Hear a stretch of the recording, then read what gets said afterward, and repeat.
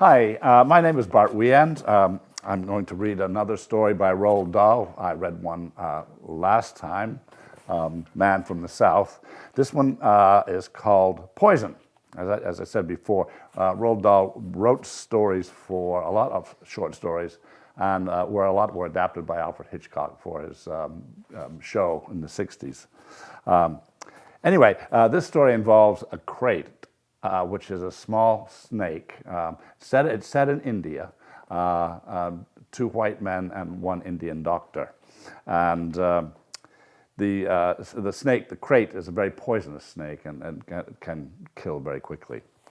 Okay, it must have been around midnight when I drove home, and as I approached the gates of the bungalow, I switched off the headlamps of the car so the beam would swing through the windows of the side bedroom and wake Harry Pope.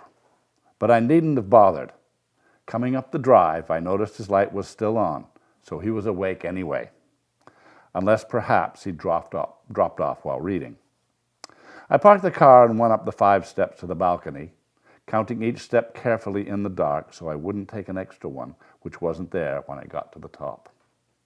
I crossed the balcony, pushed through the screen doors into the house itself, and switched on the light in the hall. I went across to the door of Harry's room, opened it quietly, and looked in. He was lying on the bed, and I could see he was awake, but he didn't move. He didn't even turn his head towards me, but I heard him say, "Timber, Timber, come here." He spoke slowly, whispering each word carefully, separately, and I pushed the door right open and started to go quickly across the room. "Stop! Wait a minute, Timber." I could hardly hear what he was saying. He seemed to be straining enormously to get the words out. "What's the matter, Harry?"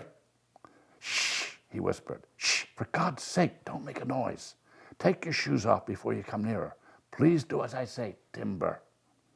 The way he was speaking reminded me of George Barling after he got shot in the stomach when he was stood leaning against a crate containing a spare airplane engine, holding both hands on his stomach and saying things about the German pilot in just the same hoarse, straining half-whisper Harry was using now. "Quickly, Timber, but take your shoes off first." I couldn't understand about taking off the shoes, but I figured he was as ill as he sounded. If he was ill as he sounded, I'd better humor him. So I bent down and removed the shoes and left them in the middle of the floor. Then I went over to his bed. "Don't touch the bed. For God's sake, don't touch the bed." He was still speaking like he'd been shot in the stomach, and I could see him lying there on his back with a single sheet covering 3/4 of the body. He was wearing a pair of pajamas with blue, brown, and white stripes, and he was sweating terribly. It was a hot night, and I was sweating myself a little, but not like Harry. His whole face was wet, and the pillow around his head was sodden with moisture. It looked like a bad go of malaria to me. "What is it, Harry?" "A crate," he said. "A crate? Oh my God, where did it bite you? How long ago?" "Shut up," he whispered. "Listen, Harry," I said, and I leaned forward and touched his shoulder. "We've got to be quick. Come on now, quickly, tell me where it bit you." He was lying there, very still and tense, as though he was holding on to himself hard because of a sharp pain. "I haven't been bitten," he whispered. "Not yet. It's on my stomach, lying there asleep." I took a quick pace backwards. I couldn't help it. I stared at his stomach, or rather at the sheet that covered it. The sheet was rumpled in several places, and it was impossible to tell if there was anything down and anything underneath. "You really don't mean there's a crate lying on your stomach now?" "I swear it." "How did it get there?" I shouldn't have asked the question because it was easy to see he wasn't fooling. I should have told him to keep quiet. "I was reading," Harry said. And he spoke very slowly, taking each word in turn and speaking it carefully so as not to move the muscles of the stomach. "Lying on my back, reading, and I felt something on my chest, behind the book, sort of tickling. Then, out of the corner of my eye, saw this little crate sliding over my pajamas. Small, about 10 inches. Knew I mustn't move. Couldn't have anyway. Lay there watching it. Thought it would go over the top of the sheet. Harry paused and was silent for a few moments. His eyes looked down along his body towards the place where the sheet covered his stomach, and I could see he was watching to make sure his whispering wasn't disturbing the thing that lay there. There was a fold in the sheet, he said, speaking more slowly now, and so softly I had to lean close to hear him. See it. It is still there. It went under that. I could feel it through my pajamas moving on my stomach. Then it stopped moving, and now it's lying there in the warmth, probably asleep. I've been waiting for you. He raised his eyes and looked at me. How long ago? Hours, he whispered. Hours and bloody hours and hours. I can't keep still much longer. I've been wanting to cough. There was not much doubt about the truth of Harry's story. As a matter of fact, it wasn't a surprising thing for a crate to do. They hang around people's houses and they go for warm places. The surprising thing was that Harry hadn't been bitten. The bite is quite deadly, except sometimes when you catch it at once, sometimes when they catch it at once, and they kill a fair number of people each year in Bengal, mostly in the villages. All right, Harry, I said. All right, Harry, I said, and now I was whispering too. Don't move and don't talk anymore unless you have to. You know it won't bite unless it's frightened. We'll fix it in no time. I went softly out of the room in my stocking feet and fetched a small, sharp knife from the kitchen. I put it in my trouser pocket, ready to use it instantly in case something went wrong while we were still thinking about a plan. If Harry coughed or moved or did something to frighten the crate and got bitten, I was going to be ready to cut the bitten place and try to suck the venom out. I came back to the bedroom, and Harry was still lying there, very quiet and sweating all over his face. His eyes followed me as I moved across the room to his bed, and I could see he was wondering what I'd been up to. I stood beside him, trying to think of the best thing to do. Harry, I said, and now I spoke. I put my mouth against his ear so I wouldn't have to raise my voice above the whisper. I think the best thing to do is for me to draw the sheet back very, very gently. Then we could have a look first. I think I could do that without disturbing it. Don't be a damn fool. There was no expression in his voice. He spoke each word too slowly, too carefully, and too softly for that. The expression was in the eyes and around the corners of his mouth. Why not? The light would frighten them. It's dark under there now. Then how about whipping the sheet back quickly and brushing it off before it has time to strike? Why don't you get a doctor? Harry said. The way he looked at me, I should have thought about that myself in the first place. A doctor, of course. That's it. I'll get Ganderby. I tiptoed out to the hall, looked up Ganderbuy's number in the book, lifted the phone, and told the operator to hurry. Dr. Ganderby, I said. This is Timber Woods. Hello, Mr. Woods. You not in bed yet? Look, could you come around here at once and bring some serum for a crate bite? Who's been bitten? The question came so sharply it was like a small explosion in my ear. No one yet. But Harry Pope's in bed and he's got one lying on his stomach, asleep under the sheet on his stomach. For about 3 seconds there was a silence on the line. Then speaking slowly, not like an explosion now, but slowly, precisely, Ganderby said, Tell him to keep quiet still. He is not to move or to talk. Do you understand? Of course. I'll come at once, he rang off. And I went back into the bedroom. Harry's eyes watched me as I walked across to his bed. Ganderby's coming. He said for you to lie still. What in God's name does he think I'm doing? Look, Harry, he said no Look, Harry, he said no talking, absolutely no talking, either of us. Why don't you shut up then?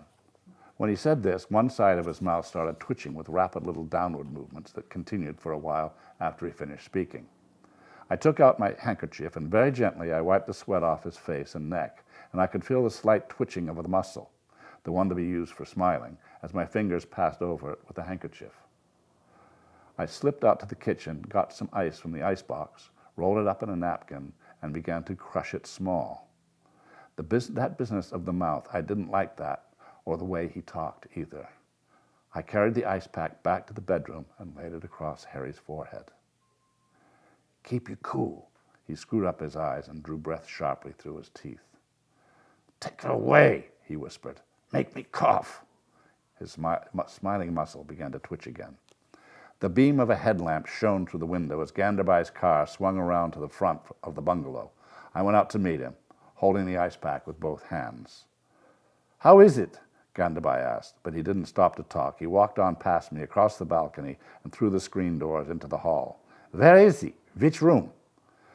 He put his bag down on the chair in the hall and followed me into Harry's room. He was wearing soft-soled bedroom slippers, and he walked across the floor noiselessly, delicately, careful as a cat.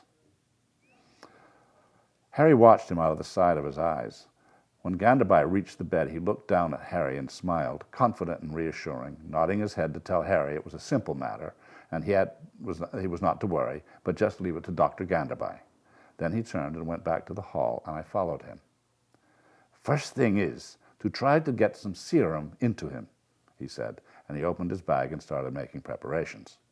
Intravenously. But I must do it neatly. Don't want to make him flinch. We went into the kitchen, and he sterilized the needle. He had a hypodermic syringe in one hand and a small bottle in the other, and he stuck the needle through the rubber top of the bottle and began drawing a pale yellow liquid up into the syringe by pulling out the plunger. Then he handed the syringe to me. Hold it till I ask for it. He picked up the bag, and together we returned to the room. Harry's eyes were bright now and wide open. Ganderbai bent over Harry, and very cautiously, like a man handling a 16th century lace, he rolled up the pajama sleeve to the elbow without moving the arm. I noticed he stood well away from the bed. He whispered, I am going to give you an injection, serum, just a prick, but try not to move. Don't tighten your stomach muscles. Let them go limp. Harry looked at the syringe. Ganderbai took a piece of the rubber tubing from his bag and slid one end under and up and around Harry's biceps. Then he tied the tubing tight with a knot. He sponged a small area of the bare forearm with alcohol, handed the swab to me, and took the syringe from my hand. He held it up to the light, squinting at the calibrations, squirting out some of the yellow fluid. I stood beside him, watching. Harry was watching too, and sweating all over his face, so it shone like it was smeared thick with face cream, melting on his skin and running down onto the pillow. I could see the blue vein on the inside of Harry's forearm, swollen now because of the tourniquet, and then I saw the needle above the vein.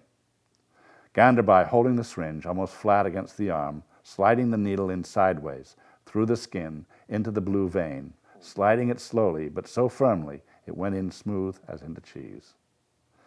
Harry looked at the ceiling and closed his eyes, opened them again, but he didn't move. When it was finished, Ganderbai leaned forward, putting his mouth close to Harry's ear. Now you'll be all right, even if you are bitten.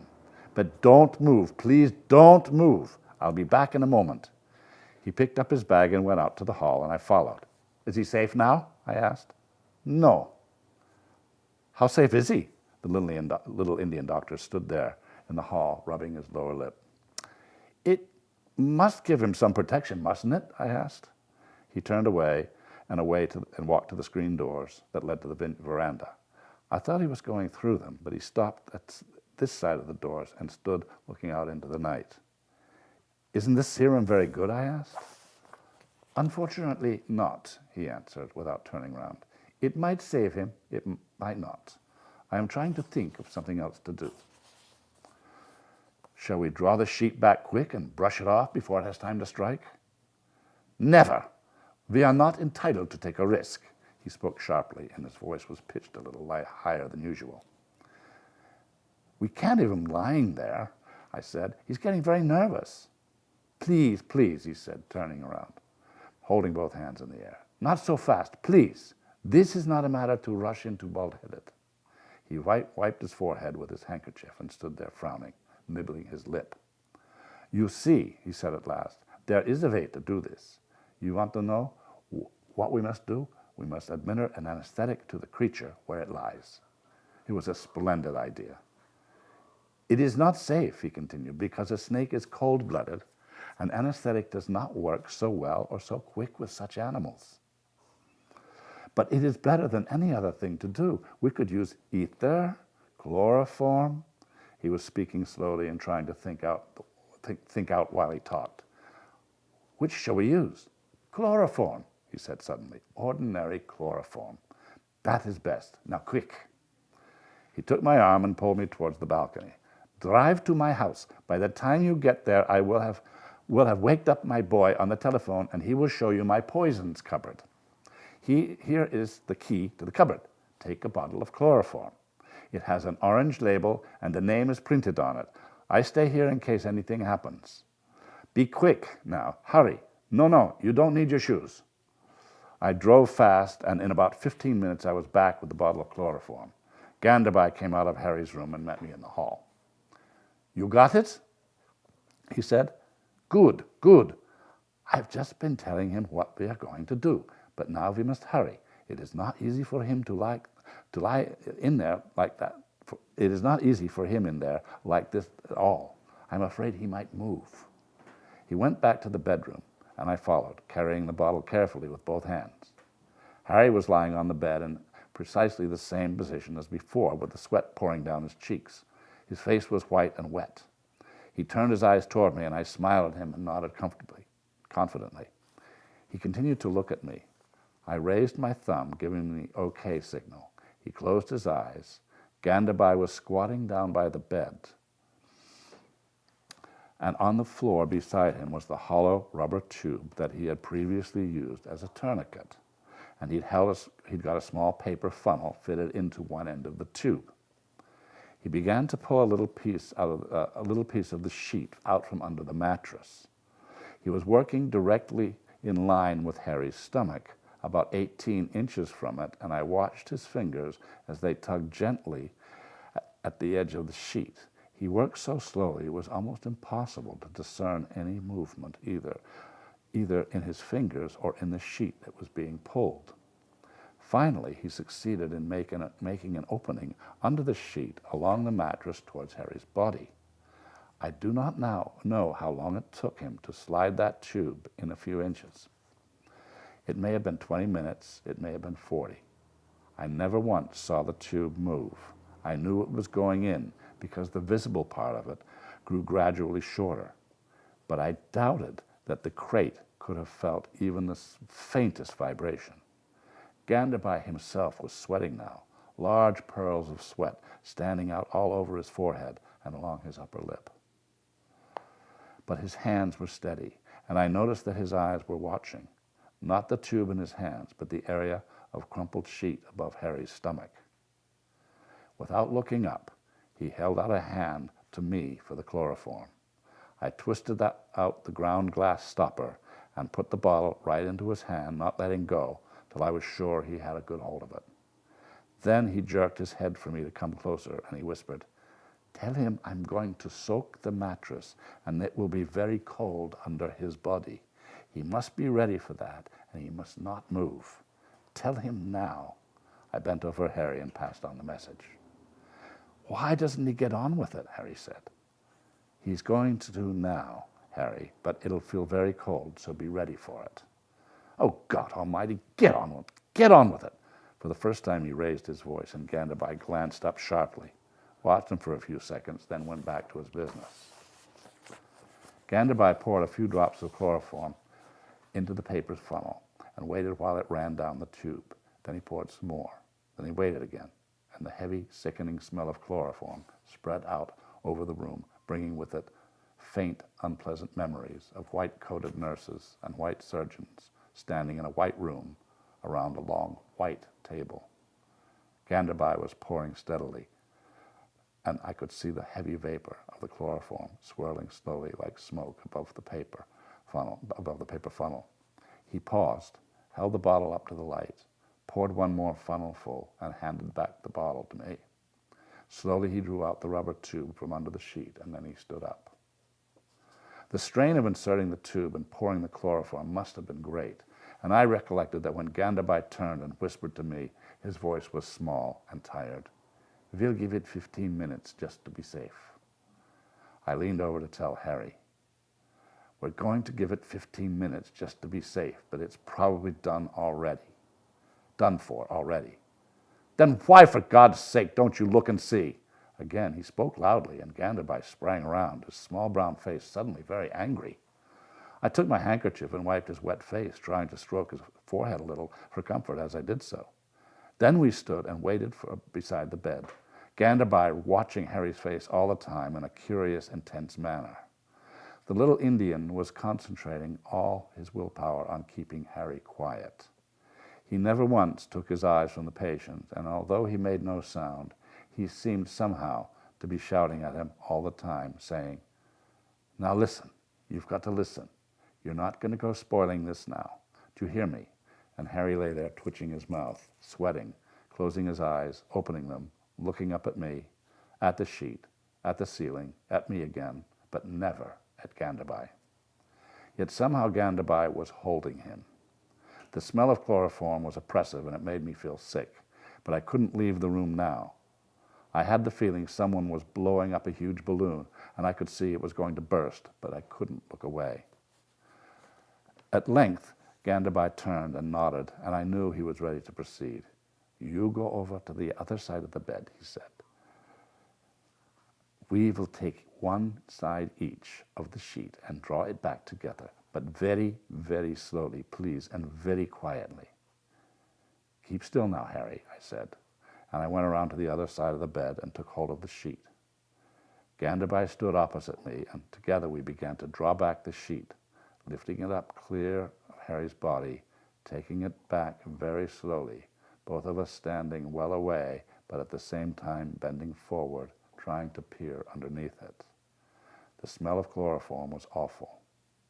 I remember trying to hold my breath, and when I couldn't do that any longer, I tried to breathe shallow so the stuff wouldn't get into my lungs.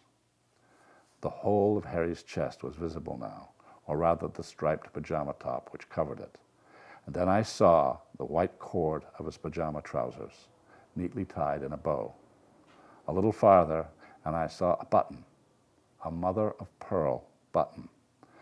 And that was something I had never had on my pajamas, a fly button, let alone a mother-of-pearl one. This Harry, I thought, he is very refined. It is odd how one sometimes has frivolous thoughts at exciting moments, and I distinctly remember thinking about Harry being very refined when I saw that button. Apart from the button, there was nothing on his stomach. We pulled the sheet back faster, and then when we had uncovered his legs and feet, we let the sheet drop over the edge of the bed to the floor. "Don't move," Gandabai said. "Don't move, Mr. Pope." And he began to peer around along the side of Harry's body and under his legs. "We must be very careful," he said. "It may be anywhere. It could be in the leg of his pajamas." When Gandabai said this, Harry quickly raised his head from the pillow and looked down at his legs. It was the first time he had moved. Then suddenly he jumped up, stood on his bed, and shook his legs, one after the other, violently in the air. At that moment, we both thought he had been bitten, and Gandabai was already reaching down into his bag for a scalpel and a tourniquet when Harry ceased his caperings and stood still and looked at the mattress he was standing on and shouted, "It's not there!" Gandabai straightened up for a moment, and for a moment he too looked at the mattress, then looked up at Harry. Harry was all right. He hadn't been bitten, and now he wasn't going to be bitten, and he wasn't going to be killed, and everything was fine, but that didn't seem to make anyone feel any better. "Mr. Pope, you are of course quite sure you saw it in the first place?" There was a note of sarcasm in Gandabai's voice that he would never have employed in ordinary circumstances. "You don't think you might possibly have been dreaming, do you, Mr. Pope?" The way Ganderby was looking at Harry, I realized that the sarcasm was not seriously intended. He was only easing up a bit after the strain. Harry stood on his bed in his striped pajamas, glaring at Ganderby, and the color began to spread over his cheeks. "Are you telling me I'm a liar?" he shouted. Ganderby remained absolutely still, watching Harry. Harry took a pace forward on the bed, and there was a shining look in his eyes. "Why, you dirty little Hindu sewer rat." "Shut up, Harry," I said. "You dirty black—" "Harry," I called. "Shut up, Harry." It was terrible, the things he was saying. Ganderby went out of the room as though neither of us was there, and I followed him and put my arm around his shoulder. And as he walked across the hall and out to the balcony, "Don't listen to Harry," I said. "The things made him so he doesn't know what he's saying." We went down the steps to the balcony, from the balcony to the drive, and across the drive in the darkness to where his old Morris was parked. He opened the door and got in. "You did a wonderful job," I said. "Thank you so very much for coming." "All he needs is a good holiday," he said quietly, without looking at me. Then he started the engine and drove off. Okay.